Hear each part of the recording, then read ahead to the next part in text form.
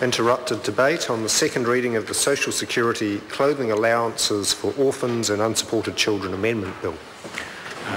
When we were last considering this bill, Todd Muller was on his feet and he has 1 minute remaining. To McIntyre. Mr. Speaker, I wonder if you could just explain if there has been a change of procedure relating to the general debate, in that in the past there's never been a 1 minute warning bell rung, but today I've noticed on several occasions there has been. Is that a permanent change, or were you just being particularly benevolent towards the speakers in the general debate?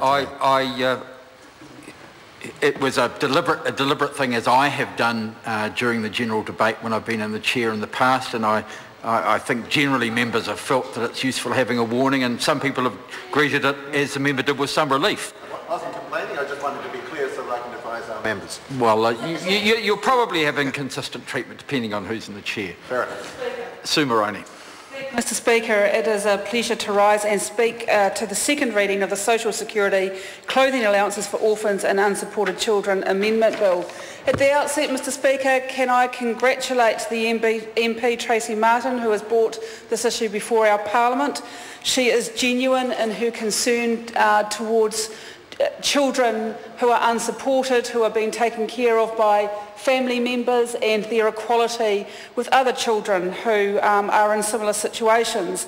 I want to commend Tracy Martin because she has done everything that she can to make sure that there is some progress on this issue. But I do also want to say that I feel, as part of the select committee that considered this bill, here she is, that I know how hard Tracy Martin has worked on presenting this issue, and that it was with a bit of a heavy heart that I was part of the select committee that agreed to an amendment that sees these changes not coming in until 2018.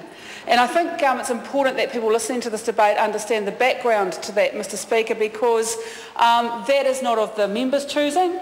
It was not of the majority of the select committee's choosing, but it was because the government doesn't see this as being a priority. The government simply would not agree to support this bill unless this proposed change, which brings equality to children very much in need, was pushed out not just beyond the next election, which at the time when the Select Committee was debating this would have been the election we've just been through in 2014, but beyond to the further election after the 2017 election. And I'm going to place a bet right now, because I am a betting person, that by the time this legislation comes into being, there will in fact be a Labour-led government in place. There will be a Labour-led government in place, and by the 1st of July 2018, we will be in control of bringing budgetary measures into this House that will not only help these children, but will help all the children who are suffering in New Zealand, and particularly children who are living in poverty, which that government absolutely fails to even recognise, let alone address. So, Mr. Speaker, this bill comes behind priorities for the national government, like suddenly finding the funding for 10 bridges in Northland. You know, the bridges that the Northland Regional Council doesn't even want, doesn't say they need. But that's a priority for this national government at the moment.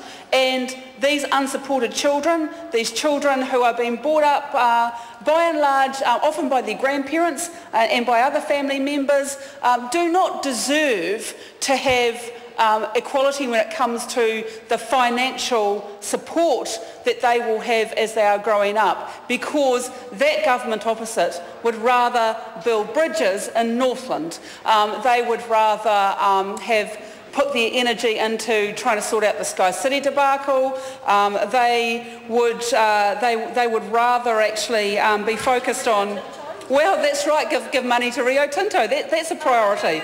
That is a priority for this government. They will address those issues immediately, but these children and their families who are working hard to support them have to wait until the 1st of July 2018, and I think that's an absolute indictment on the national government and its lack of priority for the things that really matter.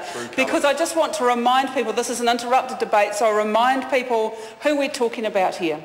We're talking about children who, through a range of often really tragic circumstances, are not able to live with their natural parents.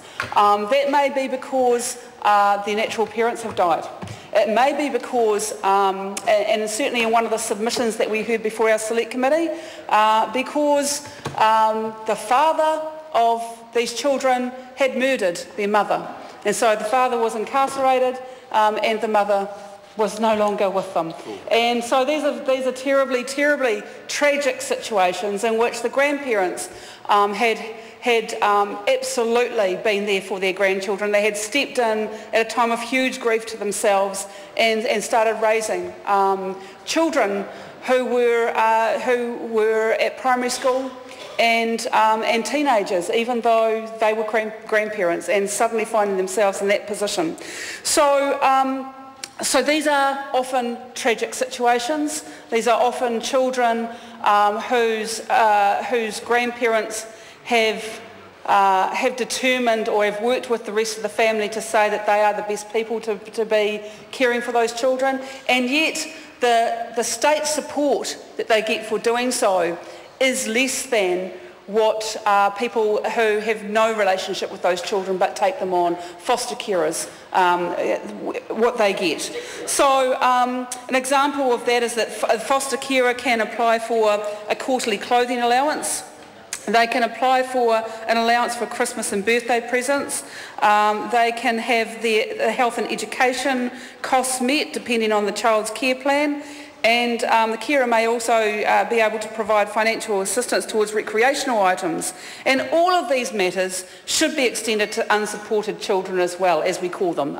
So these are the children who have been taken care of by family members. So I just want to remind the House again that these children often have additional needs. They're not just do they need another family member to take care of them, but they often are suffering a high degree of trauma, and that has financial costs associated with it as well.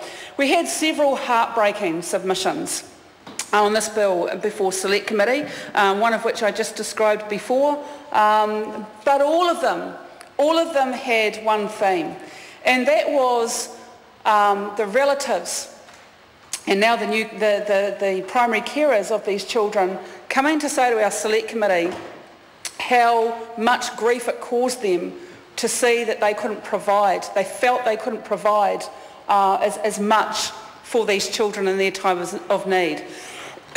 So submitters coming to us and talking about how they felt that they needed to go to the op shop and buy second-hand clothes for these children because they couldn't provide anything more. These are often grandparents who are on New Zealand Super. They've got fixed incomes and they couldn't provide anything more than that.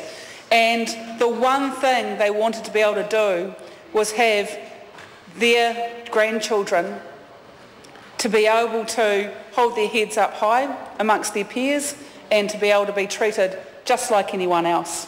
And they often felt like that wasn't the case. And so there were many gut-wrenching submissions that we heard. I want to also congratulate Tracy Martin for the way in which she presented her briefing to the Select Committee, because as a former adult educator, I was very impressed. We actually had not just bits of paper to wade through like we frequently do in briefings on this matter, but we had 2 caricatures of 2 children, and on each of those children, one of which was an unsupported child and the other of which was being taken care of by a foster family, we could see on those children what financial support they were entitled to from the state and what they were not entitled to. It's a very, very graphic way of putting that information before the Select Committee. So, Mr Speaker, I want to conclude this contribution by saying that Labor endorses and supports this bill. We wish that it had a start date right now, because these children need the support right now.